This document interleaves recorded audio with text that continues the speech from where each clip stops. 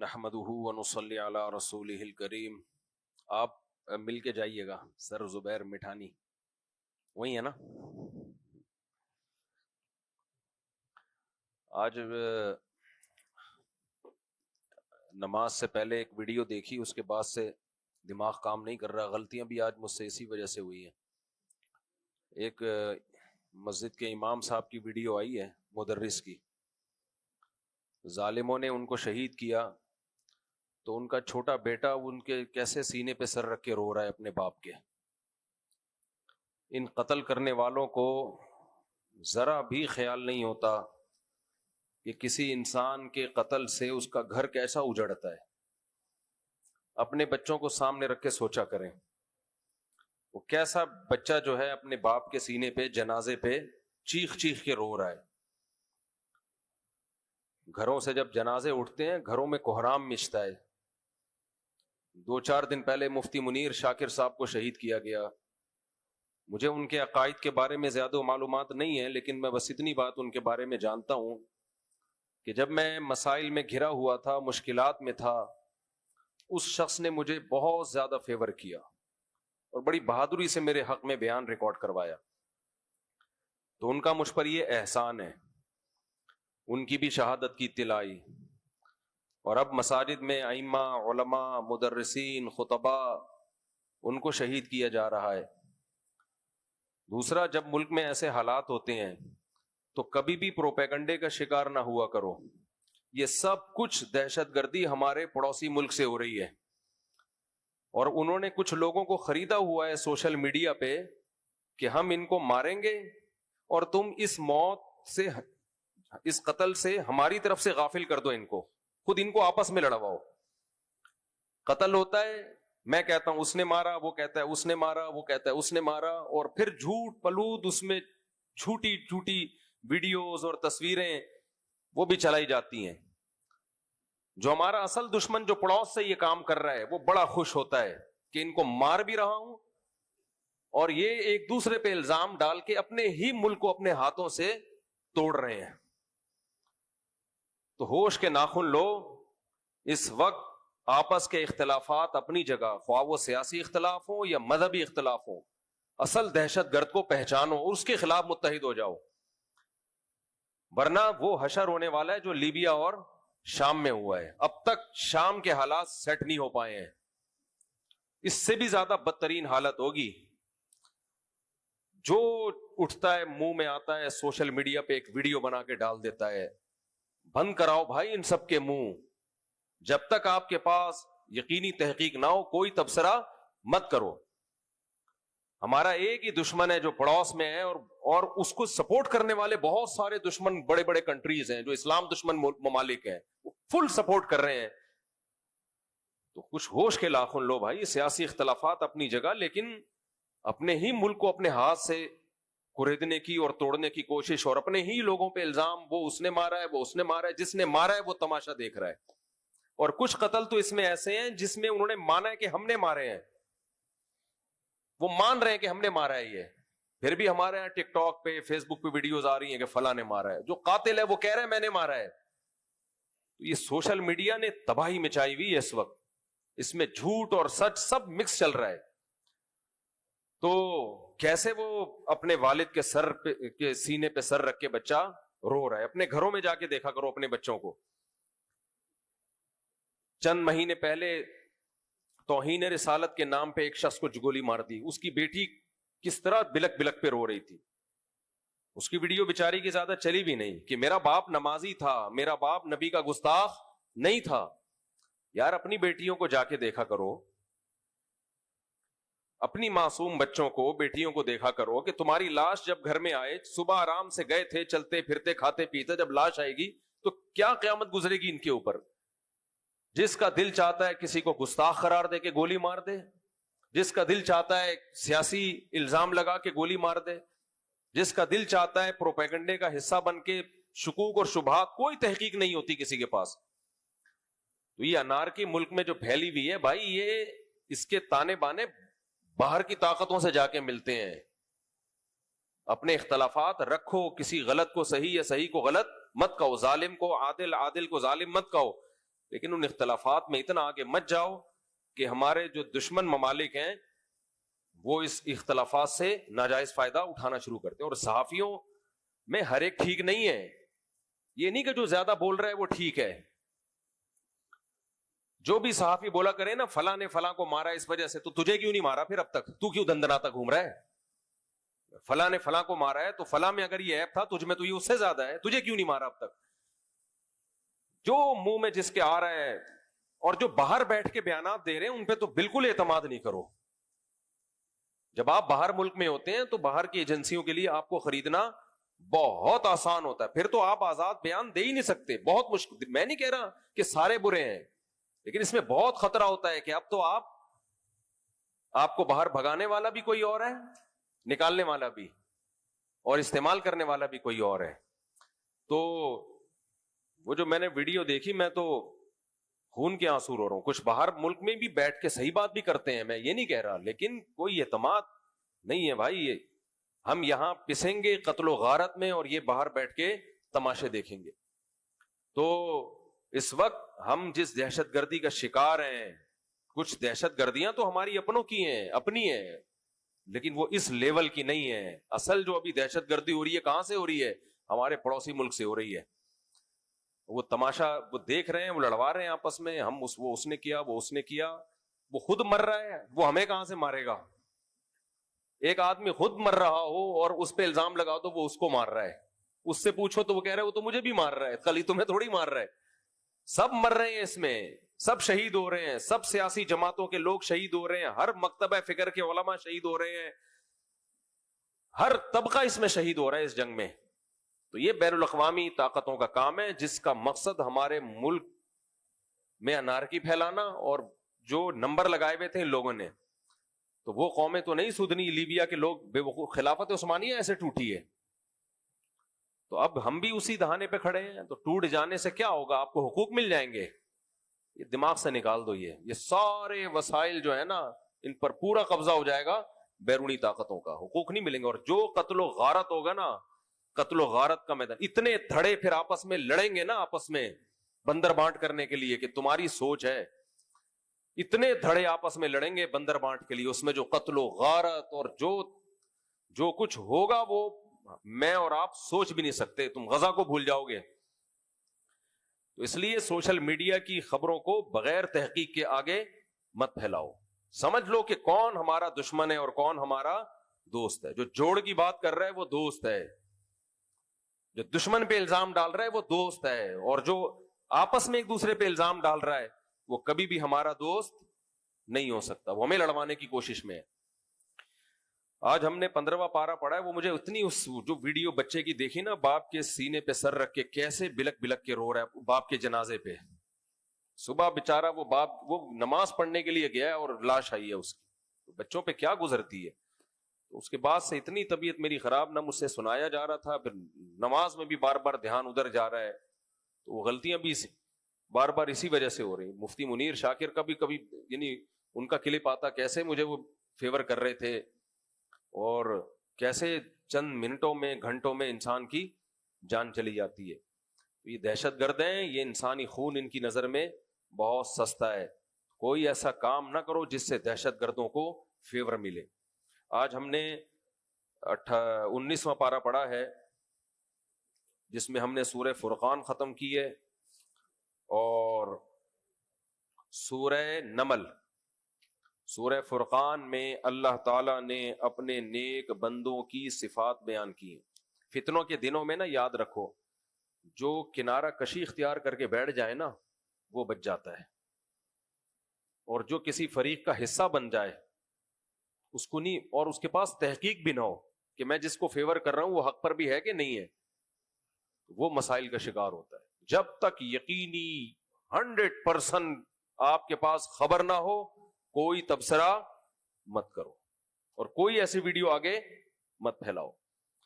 ہم جس چیز کو 100% صحیح سمجھ رہے ہوتے ہیں بعض دفعہ معاملہ بالکل اس کے الٹا نکل رہا ہوتا ہے. ہم جس کو ایجنٹ سمجھ رہے ہوتے ہیں وہ ملک کا وفادار ہوتا ہے, جس کو وفادار سمجھ رہے ہوتے ہیں وہ ایجنٹ ہوتا ہے. یہ سوشل میڈیا پہ اتنا زیادہ جھوٹ اور سچ ملا کے کہتے ہیں, وہ جھوٹ بہت خطرناک ہوتا ہے جس میں کچھ سچ ملا دیے جائیں.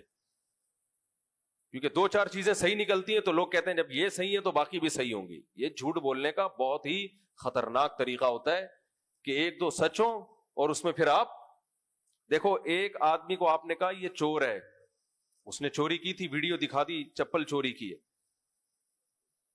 پھر آپ نے الزام لگایا اس نے بینک بھی لوٹا تھا, اس نے یہ بھی کیا تھا, اس نے یہ بھی کیا تھا.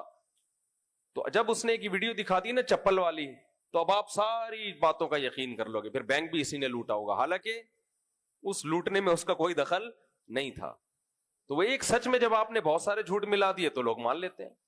تو یہ چل رہا ہے ابھی ملک میں, کچھ چیزیں صحیح ہوتی ہیں, کچھ اس میں پھر زمین آسمان کے قلابے ملا کے اس کو, اور جو بھی ملک بچانے کی بات کرتا ہے اس پہ فوراً الزام لگا دیتے ہیں, سرکاری ہیں, درباری ہیں, اور ڈالر کھو رہے ہیں, پیسے لے رہے ہیں. کیا کر رہے ہو بھائی تم؟ پیسے وہ لے رہے ہیں, امریکہ تھوڑی پاکستان کا دوست ہے کہ ڈالر دے گا تمہیں کہ پاکستان بچانے کی بات کرو. وہ پاگل ہے کیا؟ دماغ بالکل جو ہے نا, میری پوری سیٹنگ وہ ویڈیو دیکھ کے نا اس باپ کے جنازے کی, اور اللہ نہ کرے یہ حالات نہیں رکے نا, ہم اسی طرح بکواس کرتے رہے سوشل میڈیا کی باتوں میں آ کے, تو یہ بہت معاملہ آگے بڑھے گا, یہ بہت معاملہ بڑھے گا. دشمن کہہ رہا ہے ان کو مارو, چترول لگاؤ اور انہی پہ بلیاں ڈالتے رہو تاکہ یہ لڑ لڑ کے مارتے پیٹتے رہیں ایک دوسرے کو, برباد ہو جائیں یہ لوگ. ہر شخص بھونک رہا ہے بیٹھ کے, اس میں صحیح باتیں بھی ہیں, میں یہ نہیں کہہ رہا, لیکن صحیح غلط اتنا کچومڑ بنا دیا ہے کہ انسان کو بوکھلاہٹ کے سوا کچھ بھی حاصل نہیں ہوتا. یا تو غلط گائیڈ ہوتا ہے یا بوکھلا جاتا ہے. کوئی بھی دنیا میں کنٹری ایسے نہیں چلتا بھائی. سعودی عرب میں جاؤ, بول کو دے دیکھو, چمڑی ادھیڑ دیں گے تمہاری, بولیں گے آرام سے بیٹھ, ادھر جاب کرنے آیا ہے, کام کرنے آیا ہے, کھجورے کھا, پتلی گلی سے نکل, تو ہمارا باپ ہے جو ہمیں سمجھانے آیا ہے کہ کون صحیح ہے کون غلط ہے. امریکہ میں جا کے بات کرو آپ اس طریقے سے, ایجنسیاں اٹھا کے چمڑی ادھیڑ دیں گی. ہمارے سب کم حکومت کی ایسی کی تیسی ہوئی پڑی ہے, جس کا بس چلتا ہے جو منہ میں آتا ہے بولے چلے جا رہے ہیں. اور اتنے محاذوں پہ لڑائیاں ہو رہی ہیں کہ کس کس محاذ سے نمٹے وہ, ایک محاذ ختم نہیں ہوتا دوسرا محاذ شروع ہو جاتا ہے. تو اس میں ہم سب مل کے بھاگتے چور کی لنگوٹی والا کام کر رہے ہیں. سورہ شعراء میں اللہ تعالیٰ نے, سورہ فرقان میں اللہ تعالیٰ نے نیک لوگوں کی, اہل ایمان کی صفات بیان کی. آج تھوڑا مختصر بیان کروں گا میں, جلدی جلدی بس خلاصہ پیش کر دوں.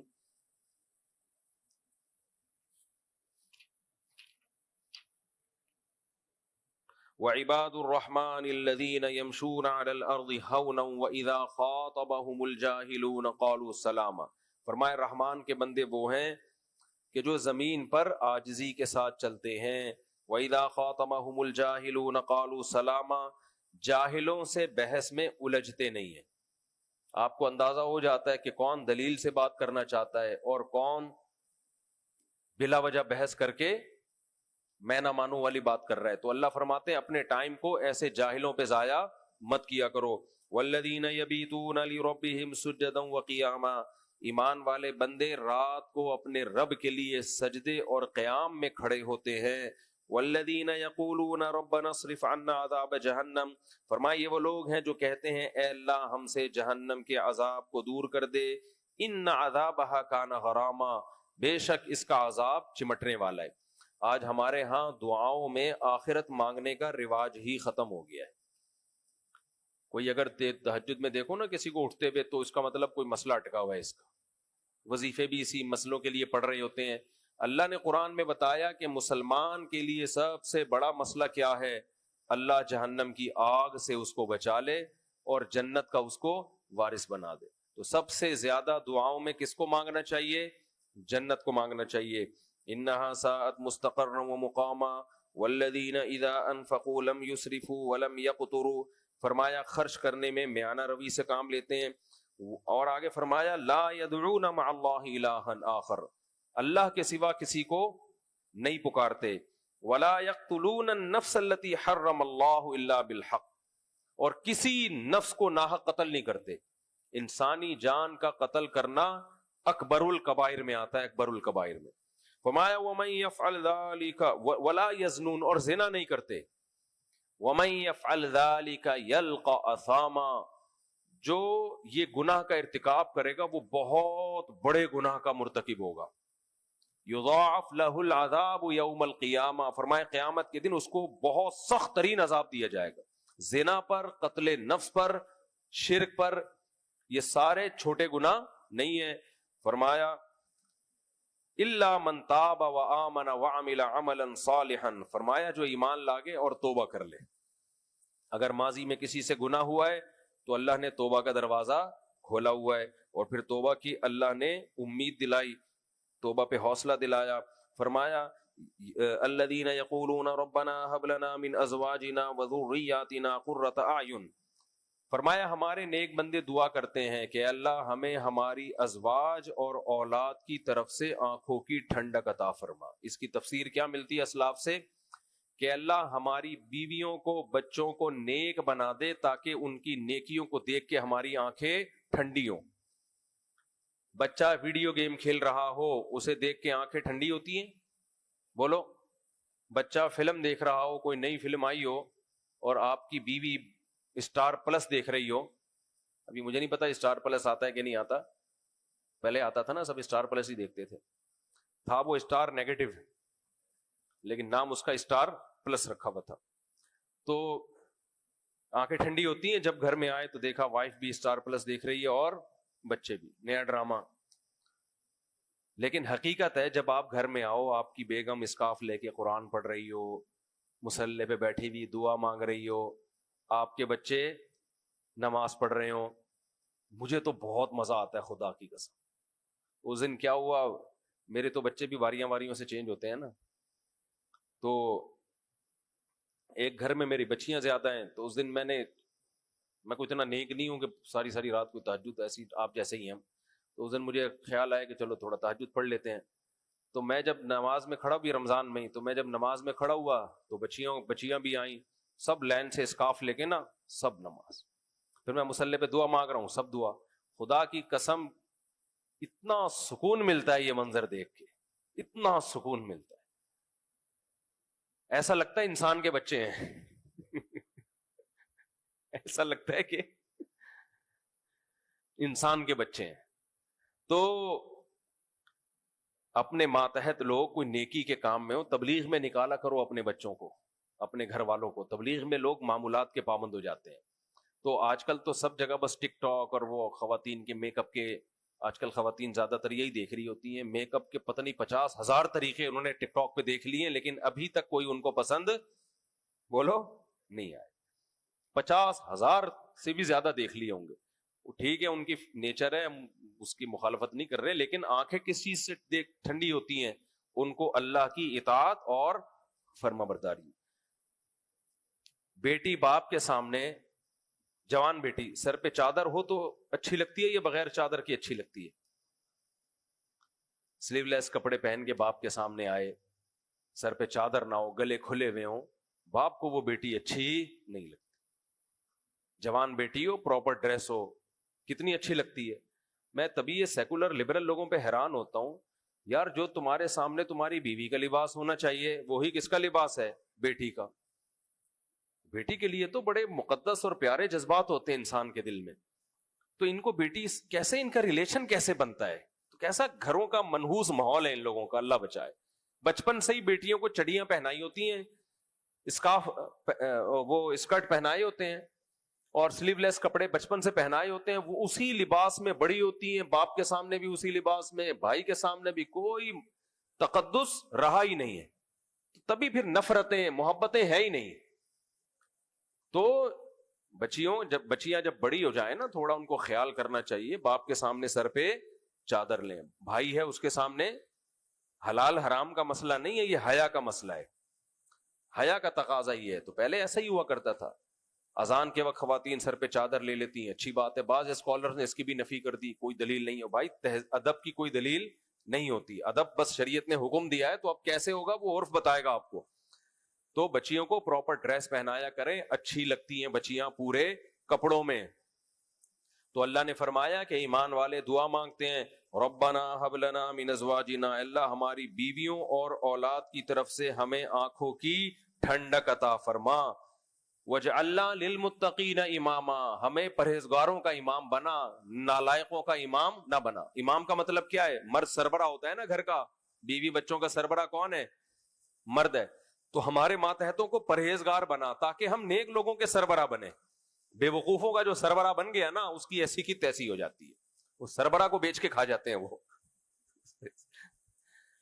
دیکھ لو یو کے میں بڈھوں کا بیچاروں کا اکثریت کا جو میرا بیان سن رہے ہیں ان کے علاوہ کی بات کر رہا ہوں, ایسے بوڑھے بہت آئے ہمارے پاس. ہوتا کیا ہے, اپنے بچوں کو پاکستان سے لے کے جاتے ہیں یو کے. اب میں انہی کے اب کیا کروں یار, وہ مجھے بتانا پڑتا ہے نا ورنہ وہ بات دل میں بیٹھتی نہیں. ایکچولی پاکستان جو ہے نا یہ یوں ہے, پاکستان میں وہ گٹر کے ڈھکن کھلے ہوئے اور فلانا ڈمکانا. آپ جاؤ, آپ کو کس نے منع کیا ہے؟ لیکن پوری فیملی لے گئے اور وہیں سیٹل ہو گئے. جب وہ وہاں, اور پھر وہاں یہ بھی نہیں کہ اسلامی اسکولوں میں پڑھاؤ بچوں کو یا کچھ تبلیغ والوں سے جوڑ دو, نہ وہ تو گئے اس چکر میں یہاں سے ہیں کہ وہاں گھٹن کا ماحول نہیں ہے. اگر اسلامی اسکول میں پڑھائیں گے تو وہیں بھی گھٹن کا ماحول ہو گیا. پھر وہیں کے لبرل اسکولوں میں پڑھاتے ہیں, بچہ ماڈرن ہو کے چاند پہ جائے گا, ناسا میں جوائن کرے گا اور اگلے خلائی سیارے میں انشاءاللہ ہمارا بچہ ہوگا, ترقی کرے گا نا. وہ بچہ اسکول میں جاتا ہے, ماشاءاللہ اس کو ہومو سیکسولیٹی پڑھائی جاتی ہے, اس کو کہا جاتا ہے کہ تم ہو تو ستار, لیکن اگر ستارہ ہو تو بھی تمہیں کوئی اعتراض بولو بیٹا, تمہارا نام وحیدہ ہے وحید ہے, لیکن اگر وحیدہ بولنا چاہو تو بھی کوئی اعتراض نہیں. یہ ہو رہا ہے.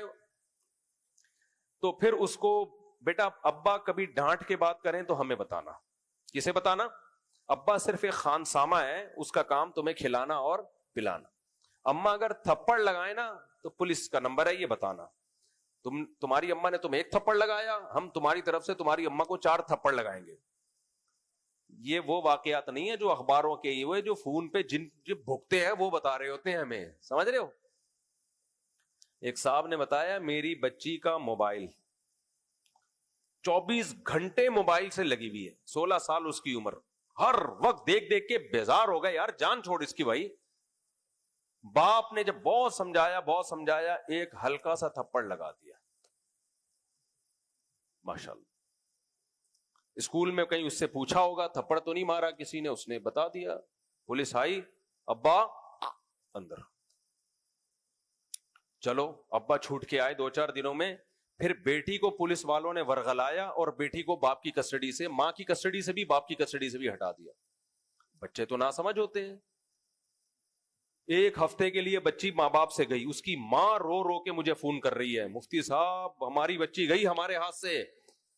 انجوائے کرو, کیا کرو, انجوائے. ان کو تو میں نے یہ نہیں کہا, اس بیچاری پہ تو بڑا ترس آ رہا تھا مجھے, اس کو تو میں نے دعائیں دی, لیکن دل یہی کر رہا تھا کہ رہو, یہ تو گٹر کے ڈھکن والا ملک ہے نا, تو جاؤ رہو. تو اب وہ بہرحال آ گئی وہ بچی, پولیس والوں نے بہت سمجھایا, ذرا سا بھی کچھ اونچ نیچ ہونا ہمیں بتانا. اب وہ ماں باپ اس طرح سے رہ رہے ہیں کہ بچی ماں ہے اور یہ کیا ہے, یہ اس کی فلا. یہ چل رہا ہے مارکیٹ میں. تو کہاں سے کہاں بات چلی گئی. ہاں, تو اب کیا ہوتا ہے, وہاں جو بیچارہ بوڑھا ہوتا ہے نا, اس کا بڑھاپا بڑا خطرناک.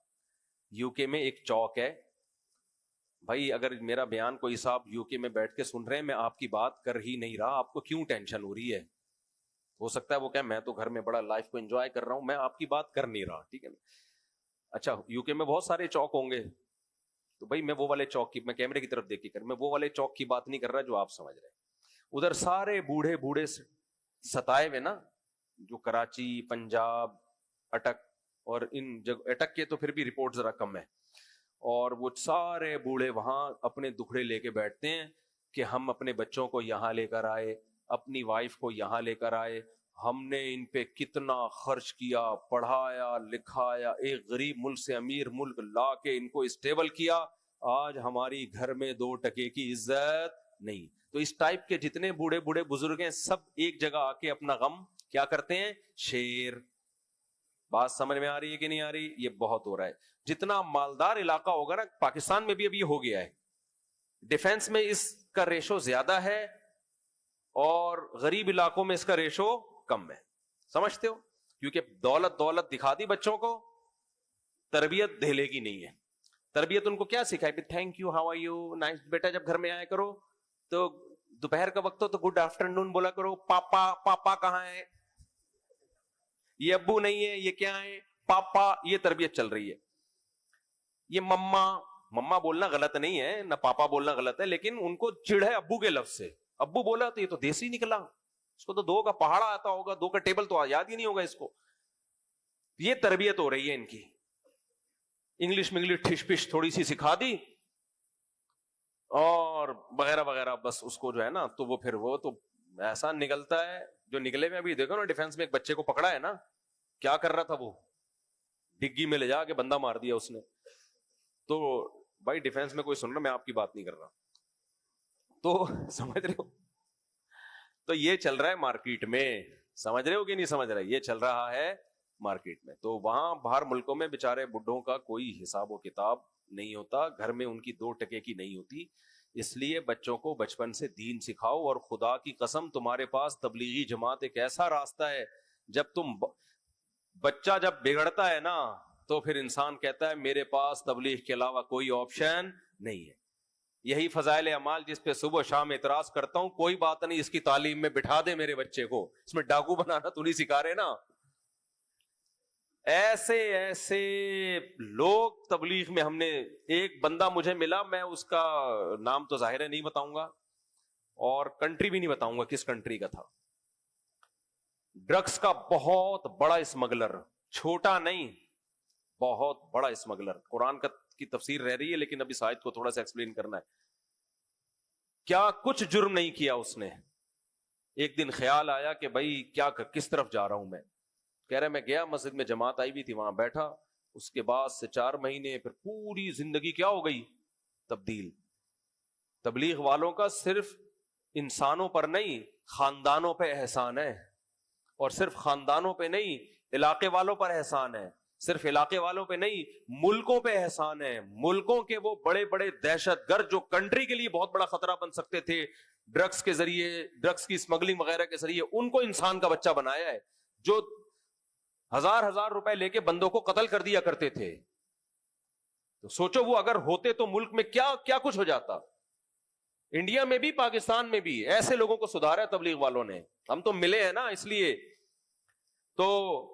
لیے میرے بھائی علماء نے بھی سدھارا ہے. بہت سارے علماء بزرگان دین تربیت کا کام کر رہے ہیں، لیکن سدھارتا مذہب ہی ہے. سدھارتا کون ہے؟ مذہب ہے. آپ کے پاس سدھارنے کا کوئی طریقہ نہیں ہے. اور رو کے بعد میں آؤ گے تو بچپن سے ہی گھر میں اسلامی ماحول پیدا کرو، بچیوں کو پراپر پورے کپڑے پہناؤ، بچیوں کو ایجوکیشن میں پڑھنے مت دو. رو گے ورنہ بعد میں جو حالات ہو رہے ہیں نا کو ایجوکیشن میں. تو یہ سارے کام کرو، تبھی اللہ قرآن میں کہتا ہے کہ ہمارے نیک بندوں کے دل کی آواز ہوتی ہے، اے اللہ ہماری بیویوں اور ہمارے بچوں کو ہماری آنکھوں کی ٹھنڈک بنا. کیا مطلب؟ دیندار ماحول دے. وجعلنا للمتقین اماما، اور تو نے ہمیں جن کا سربراہ بنایا ہے وہ پرہیزگار ہوں، وہ بے حیا بےہودہ نہ ہوں. یہ آیت بھی اللہ نے بتائی کہ نیک لوگ. اس سے پتہ چلتا ہے اپنے بیوی بچوں کی تربیت کی بھی فکر کرنی چاہیے. یہاں بس ایک نقطہ بیان کر کے میں آگے چلتا ہوں. یہ خوب سمجھ لو، اگر کسی عالم کی بیوی نیک نہیں ہے یا بچے نیک نہیں ہیں تو اس سے بدگمان ہونے کی اجازت نہیں ہے. بعض دفعہ علماء بیان کرتے ہیں بیوی کو پردہ کراؤ، بچوں کو نیک بناؤ، ان کا اپنا بچہ 2 نمبر نکلتا ہے.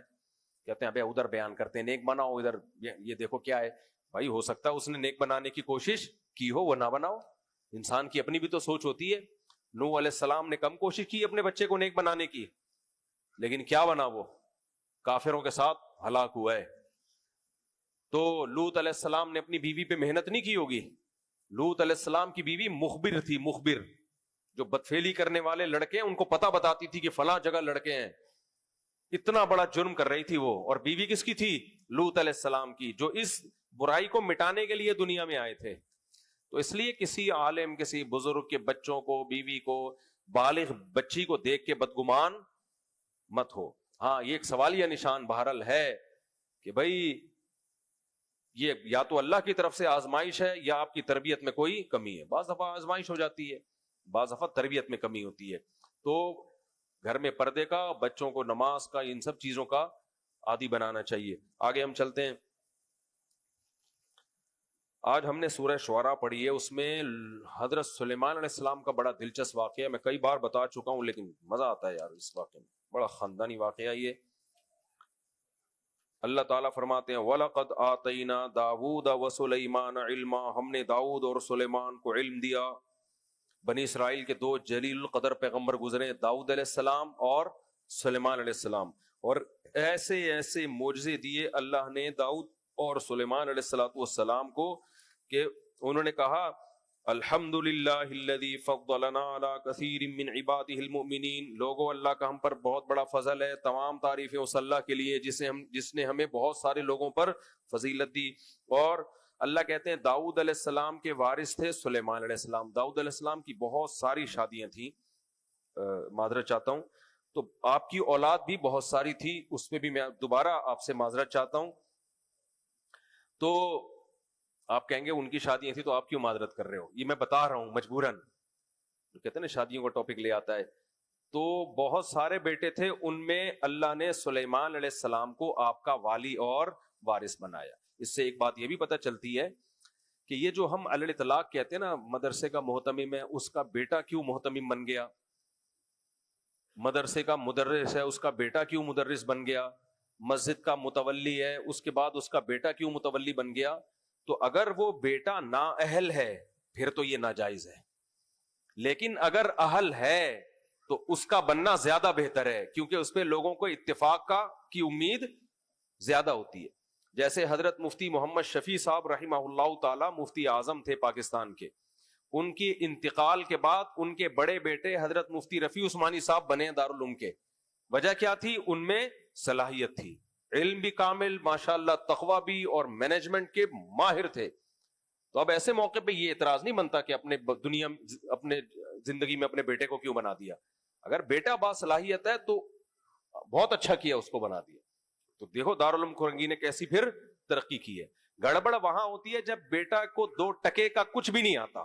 ایسے بھی ہیں بعض محتمم جن کے بچے ہر امتحان میں الحمدللہ فیل ہوتے ہیں، اور اگر پاس ہوتے بھی ہیں تو ڈالڈا ملا کے۔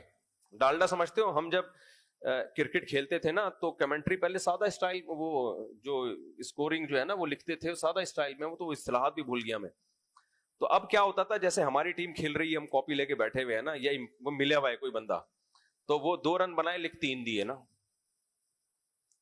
اس نے 4 رن بنائے لکھ دیے 5، تو اس وقت یہ ٹرم یوز ہوتی تھی ابے تو ڈالڈا ملا رہا ہے بیٹا یہاں بیٹھ کے، کیونکہ دیسی گھی کا زیادہ رواج تھا نا، زیادہ رواج کا مطلب اچھا سمجھتے تھے، تو ڈالڈے والڈے یہ کمپنیاں آنا شروع ہوئیں، بہت رواج ہو گیا ان کمپنی کا۔ تو گاؤں کے لوگ، ہمارا تو گاؤں نہیں تھا، ہم تو شروع سے شہر میں ہی رہے ہیں، لیکن گاؤں سے یہ ٹرم آئی کہ بھائی یہ دیسی گھی میں کیا ملا رہا ہے؟ ڈالڈا ملا رہا ہے۔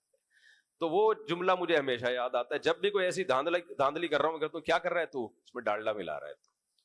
تو ڈالڈا مت ملایا کرو۔ کیا کہاں سے بات تھی یار یہ؟ ہاں، تو بچے کو نا محتمم پاس کر رہا ہوتا ہے کیا ملا کے؟ ڈالڈا ملا کے، اس میں صلاحیت نہیں ہوتی۔ تو ایسے نالائق بچوں کو اگر کسی نے محتمم بنا دیا یا اپنی جگہ مسجد میں نائب بنا دیا تو یہ ناجائز اور حرام ہے، یہ اقربا پروری ہے۔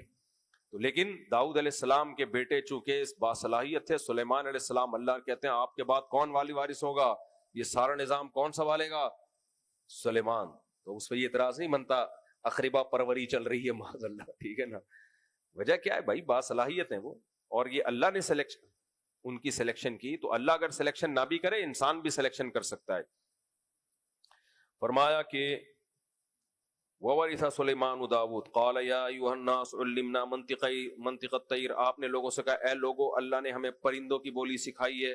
اب پرندے تو بولتے نہیں ہیں، سوال پیدا ہوتا ہے بھائی کوئی نہ کوئی طریقہ پرندوں کا بھی میسج پہنچانے کا ہوتا ہے، تو سائنس اتنی ترقی کر رہی ہے، پرندوں میں بھی آپس میں کوئی کمیونیکیشن کا پورا سیٹ اپ ہوتا ہے، بہت سارے جانوروں میں بھی ہوتا ہے۔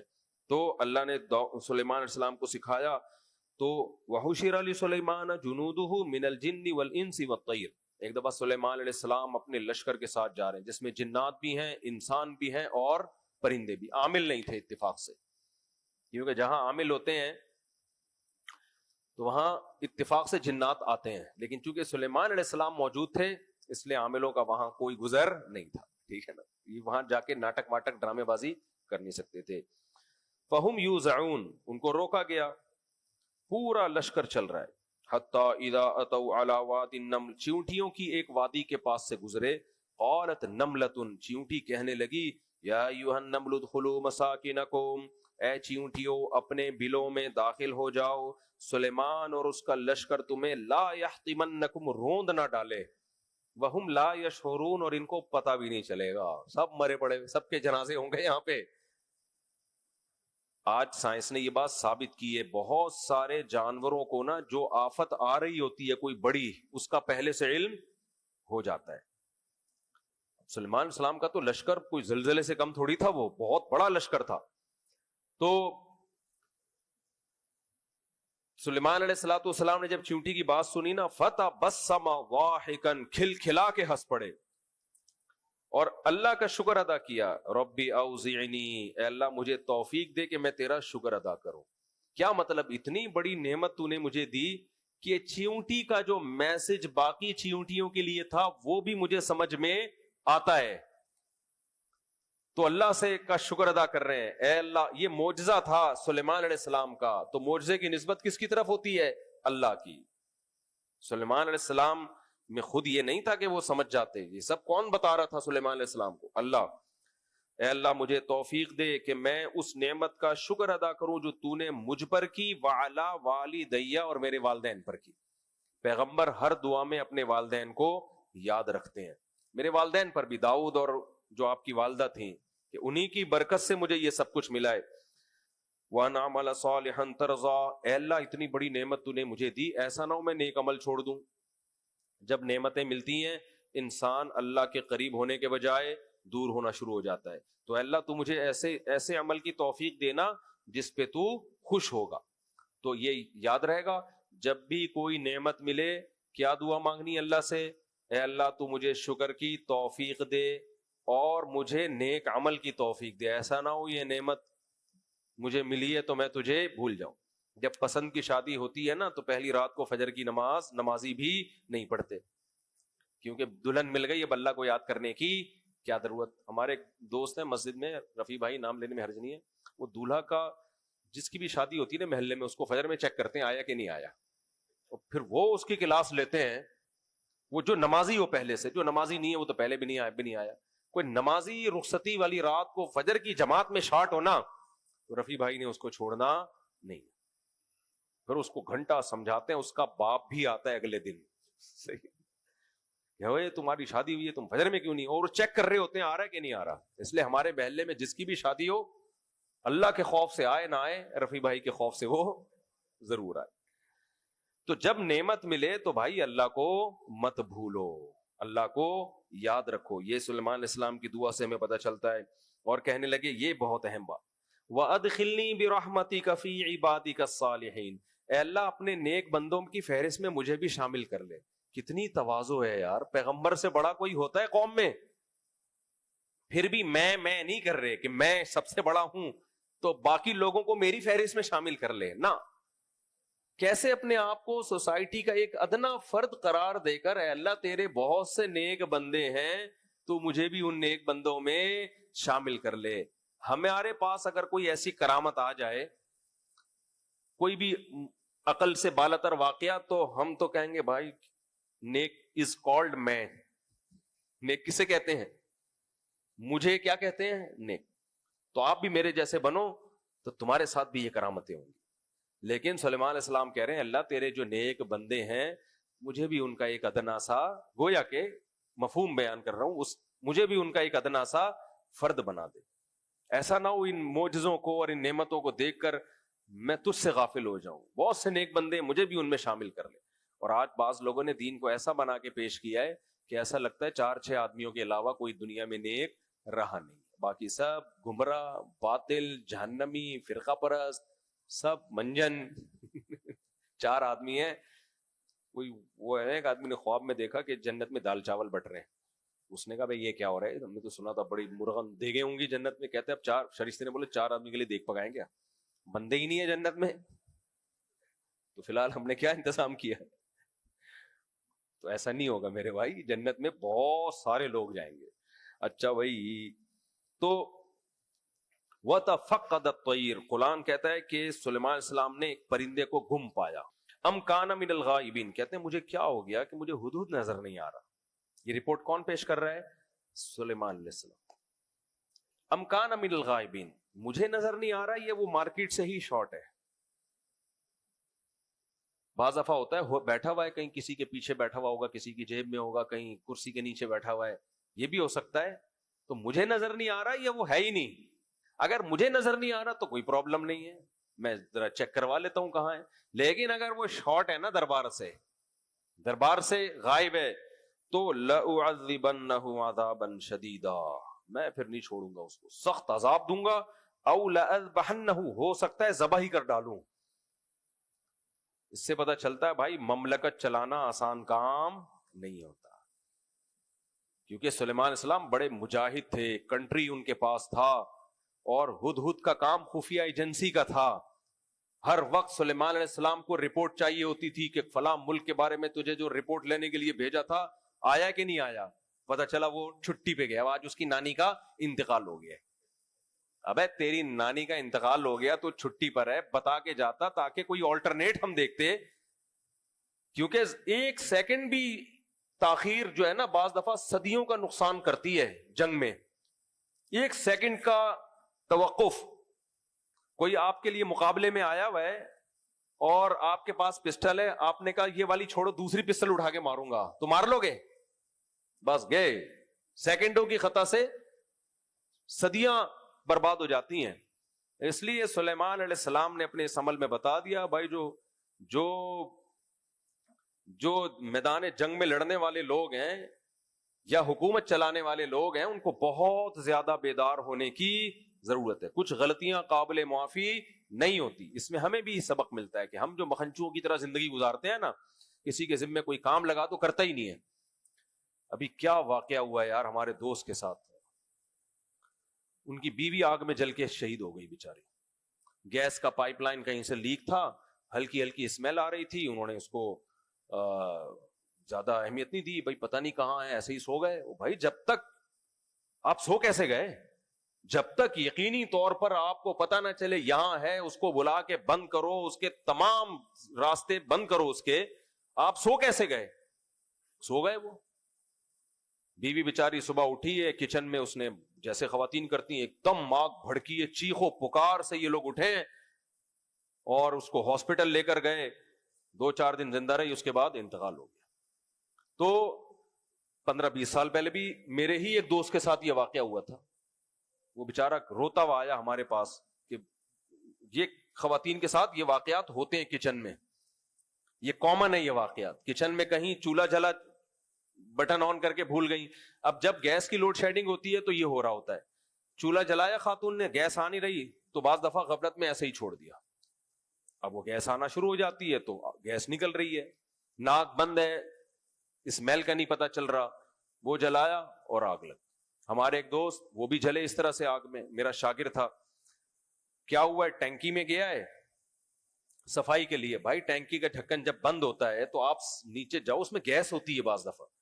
وہ گیا اندر، آگ لگائی ہے روشنی کے لیے، پورا جل گیا. اتنا مضبوط لڑکا تھا ماشاءاللہ، تو بچ گیا، وہ جان بچ گئی. وہ اسی آگ میں باہر نکلا ہے وہ، اور جا کے اپنے اوپر خود بالٹیاں ڈالی ہیں اس نے، پوری اسکن جل گئی. میں اس کی عیادت کے لیے گیا تھا. ایک واقعہ ہم نے اپنے خاندان میں اپنی آنکھوں سے دیکھا ہے کہ یہ کوئل جلاتی ہے نا خواتین، یہ بہت خطرناک چیز ہے. یہ کوئل نہیں ہوتی مچھر والی، یہ تو میں نے اپنی آنکھوں سے دیکھا. ہمارے ایک ریلیٹو تھے، میں چھٹیاں تھی ہماری، میں دوسرے کمرے میں سو رہا ہوں. اچھا ان کے گھر کے جو سربراہ تھے وہ بار بار کہتے بھی تھے بھائی یہ کوئل جو ہے یہ دور رکھا کرو، چادر سے، بستر سے، پردوں سے بہت دور. ایسا نہ ہو کوئی رضائی اس کو جا کے لگے، لحاف لگے، آگ پکڑ لے. لیکن گھر میں لوگ سیریس نہیں، بھائی رکھا ہوا تو ہے، دور رکھا ہوا ہے نا، اور کیا کریں. یہی ہوا کہ رات کو سردیاں تھی، سوتے ہوئے میں کسی بچے کا لحاف جو ہے نا، جیسے بچہ یوں اٹھا کے پھینکتا ہے کچھ، وہ لحاف جا کے گرا ہے اس کوئل پہ، اس میں لگی آگ، اور چند سیکنڈ کے اندر پورا کمرہ آگ سے بھرا ہوا. وقت پہ شکر ہے وہ چیخو پکار سے، یعنی جب گرمی لگی نا، جو سو رہے تھے وہاں وہ بھاگے. میں تو ساتھ والے کمرے میں تھا، میں بھی بغیر، ہم نے وہ پائپ چلا کے وہ آگ پہ قابو پا لیا، لیکن پورا کمرہ جو تھا وہ چند سیکنڈ تاخیر ہوتی سب نے جل جانا تھا اندر. تو یہ واقعات ہم نے اپنی آنکھوں سے اتنے سارے دیکھ لی ہیں کہ اس سے نبی صلی اللہ علیہ وسلم نے فرمایا رات کو چراغ ہمیشہ گل کرو، فإن الفویسقۃ تضرم النار علی الدار علی اہلھا، کہ رات کو چراغ میں کیا ہوتا ہے، چوہا یہ بعض دفعہ چراغ کو گرا دیتا ہے، موم بتی کو گرا دیتا ہے، کوئی یہ حشرات الارض سے تھوڑی ہم بچ سکتے ہیں، یہ گرا دیتے ہیں، کسی چیز پہ گرا اس میں آگ لگ گئی، تو کوئی نہیں ہے، بس پاگلوں اور بے وقوفوں کی طرح زندگیاں گزر رہی ہے۔ خواتین بائک میں پیچھے بیٹھتی ہیں، دوپٹے لٹک رہے ہوتے ہیں، پیچھے برقعے لٹک رہے ہوتے ہیں، بھائی یہ چین میں آ جائے گا، پھنس جائے گا، اور کچھ نہیں ہوتا۔ ابھی ہمارے ایک ریلیٹو کا حادثہ ہوا ہائی وے پہ، ٹانگ ٹوٹ گئی، اللہ ان کی کو صحت دے، کل کا واقعہ یہ۔ کیسے ٹانگ ٹوٹی جی؟ ہائی وے پہ کل حیدرآباد سے آتے ہوئے، میرے پاس میں کہیں بیان کے لیے گیا ہوں، فون آ رہے ہیں ایمرجنسی، ہمارے اپنے قریبی ریلیٹو ہیں۔ کیا ہوا جی؟ وہ ڈرائیور کے ساتھ کی سیٹ پہ بیٹھے ہوئے تھے، سو گئے تھے، تو میں نے کہا ڈرائیور تو نہیں سویا نا؟ کہہ رہے نہیں وہ سو گئے تھے، جب ایکسیڈنٹ ہوا ہے تو سیٹ بیلٹ نہیں پہنی ہوئی تھی، جنہوں نے سیٹ بیلٹ پہنی ہوئی وہ بچ گئے، انہوں نے سیٹ بیلٹ نہیں پہنی ہوئی تھی۔ تم ہائی وے پہ سفر کر رہے ہو اور سیٹ بیلٹ نہ پہنی ہو آپ نے، اتنی سی غفلت ہے، اور اس کا کفارہ کیا ہوا؟ ٹانگ گئی، ٹوٹ گئی ٹانگ۔ تو جب ہائی وے پہ سفر کر رہے ہو پھر تو پہنو یار، کچھ بھی ہو سکتا ہے، لیکن ہر آدمی نے فرض کیا ہوا ہے کہ میرے ساتھ کچھ بھی بولو نہیں ہو سکتا۔ سیٹ بیلٹ میں بہت دفعہ بچت ہو جاتی ہے۔ ہمارے ایک دوست 150 کی سپیڈ پہ جا رہے تھے، سیٹ بیلٹ تھی ان پہ بھی اور ساتھ والے پہ بھی، آنکھ لگ گئی ان کی ہائی وے پہ، گاڑی نے 3-4 کلابازیاں کھائی ہیں، گاڑی کی تو ایسی کی تیسی ہو گئی، خود فٹ فاٹ۔ جو گاڑی دکھائی نا، میں نے کہا بچ کیسے گئے؟ کہہ رہے یہاں سیٹ بیلٹ پہنی ہوئی تھی۔ تو یہ جو گورنمنٹ بار بار کہہ رہی ہوتی ہے سیٹ بیلٹ بیوقوف نہیں ہے، پوری دنیا جو آپ کو بول رہی ہوتی ہے سیٹ بیلٹ ہم سمجھ رہے تو پتہ نہیں ان کو کیا سیٹ بیلٹ کے پیسے ہم سے لے رہے ہیں، کیا ان کو فائدہ ہو رہا ہے، یا امریکہ کی سازش ہے۔ تو یہ غفلتیں ہمارے یہاں ہول سیل کے حساب سے ہیں۔ تو یہ میں اس لیے لمبی بات اس لیے کر رہا ہوں کہ سلیمان علیہ السلام نے کہا بھائی یہ جو ہدہد نے جو غیر حاضری کی ہے، مجھے رپورٹ چاہیے تھی، اور رپورٹ کے لیے اس وقت ہدہد مارکیٹ میں موجود نہیں۔ اس کا نتیجہ کیا نکلے گا؟ ہم اس کم وقت کا انتظار کریں گے، وہ گھنٹے بعد آئے گا، پھر رپورٹ پیش کرے گا، اور پتہ نہیں دنیا کا نقشہ ہی نہ تبدیل ہو چکا اس وقت تک۔ لہذا سلیمان علیہ السلام اللہ کے پیغمبر رحم دل ہوتے ہیں، کہنے لگے نہیں چھوڑوں گا، یا تو ایسی سزا ملے گی یا ذبح کر دوں گا۔ اب ذبح کر کے کس کو کھلائیں گے؟ اب بہرحال اولا یاتینی بسلطان مبین، یا یہ کہ غیر حاضری کا کوئی بہت معقول عذر لے کر آئے، نانی کا انتقال نہیں چلے گا۔ ایک بچہ اسکول میں گیا نا، ایک نانی اسکول میں گئی کہ میرا نواسا آیا ہوا ہے، آج دیر ہو گئی، تو اسکول والوں نے کہا وہ آپ کے انتقال کی چھٹی لے کے گیا ہوا ہے۔ تو یہ پرانا عذر ہے، نانی کا انتقال، دادی کی طبیعت خراب۔ تو سلیمان علیہ السلام نے کہا بھائی اولا یاتینی بسلطان مبین، واضح دلیل لے کر آئے۔ فمکث غیر بعید، ابھی تھوڑا ہی ٹائم گزرا تھا، فوراً ہدہد حاضر ہوا۔ فقال احط به ما لم تحط، کہا ایک دم 1 منٹ رکیں بادشاہ سلامت، غصہ نہ کریں، میں خاندانی رپورٹ لینے گیا ہوا تھا، اس سلسلے میں مجھے تھوڑی سی تاخیر، واپس آ کے جاتا تو سفر لمبا ہو جاتا، میں گھومتا، وہ تو ٹریولنگ کرتا تھا نا، پرندے تو کہاں جاتے ہیں، میں گھومتا پھرتا جا رہا تھا، انی وجدت امرأۃ، میں نے ایک عورت دیکھی، تملکہم، ایک ایسی قوم دیکھی، ایک ایسا کنٹری دیکھا جس کی سربراہ ایک عورت ہے۔ ایک تو یہ اچھمبے کی بات، اس زمانے میں تصور نہیں تھا کہ کسی ملک کی سربراہ کون ہو؟ عورت سربراہ ہے، اور کہاں چلا گیا؟ وَأُوتِيَتْ مِن كُلِّ شَيْءٍ، اور ایسا کنٹری نہیں ہے کہ کوئی غریب ملک ہو، ہر طرح کی نعمتوں سے لدا ہوا ملک، ہر طرح کی نعمتوں سے۔ بھائی سلیمان علیہ السلام تو اس میں تھے نا کہ پوری دنیا میں کوئی ایسی ریاست ہو جو اللہ کی باغی ہے، اللہ کی نافرمان ہے، شرک ہے، تو ہم ان کو دعوت دیں، دعوت سے باز نہ آئے تو ہم ان پہ جہاد کریں۔ تو سلیمان علیہ السلام کی حکومت تو بہت پھیل چکی تھی، تو ان کا تو خیال تھا کہ بس ہو گیا پوری دنیا فتح، یا ہوں گے وہ دور دراز علاقوں میں جنگلوں میں کچھ لوگ رہتے ہوں گے۔ ہدہد آگے بتا رہے آپ کو پتہ ہی کوئی نہیں، پوری ایک اسٹیٹ دریافت کی ہے میں نے۔ کوئی گاؤں ہوتا نا، کوئی محلہ ہوتا، کوئی تھڑا ہوتا، کوئی کالونی ہوتی، تو ایک آپ کہتے چلو یار نظروں سے اوجھل رہ گئی، پوری اسٹیٹ ہے۔ اور کوئی غریب ملک ہوتا تو ہوتے ہیں دائیں بائیں غریب ملک آباد ہو جاتے ہیں، جب ریاستیں فتح ہوتی ہیں کچھ لوگ بھاگ جاتے ہیں، 2-4 کنٹری چھوٹے موٹے کنٹریوں کے ساشے بنا لیتے ہیں۔ تو یہ ایسا بھی نہیں ہے، اسٹیبل گورنمنٹ ہے، پاورفل گورنمنٹ ہے، مہذب ہے، تہذیب یافتہ ہے، اور اوتیت من کل شیء، ہر طرح کی نعمتوں سے مالا مال، بہت پاورفل ہے، کمزور نہیں ہے. وَلَهَا عَرْشٌ عَظِيمٌ، اور بادشاہ سلامت آپ کا جو تخت ہے نا، آپ کہتے ہیں بڑا ہیرے جواہرات جڑے ہوئے، اس کا بھی تخت معمولی نہیں. پہلے زمانے میں بادشاہوں کے تخت سے بھی اندازہ لگایا جاتا تھا اس ملک کی پوزیشن کیسی ہے. تو سلیمان علیہ السلام کا تو بڑا عالیشان تخت تھا، تو بہت خاندانی تخت رکھا ہوا ہے اس نے، جس پہ وہ جلوہ افروز ہوتی ہے ملکہ صاحبہ. تو پھر وہ ہدہد کہنے لگا وجدتها وقومها يسجدون للشمس، اتنا پاورفل کنٹری حرکتیں کیا کر رہے ہیں. صحیح ہے نا؟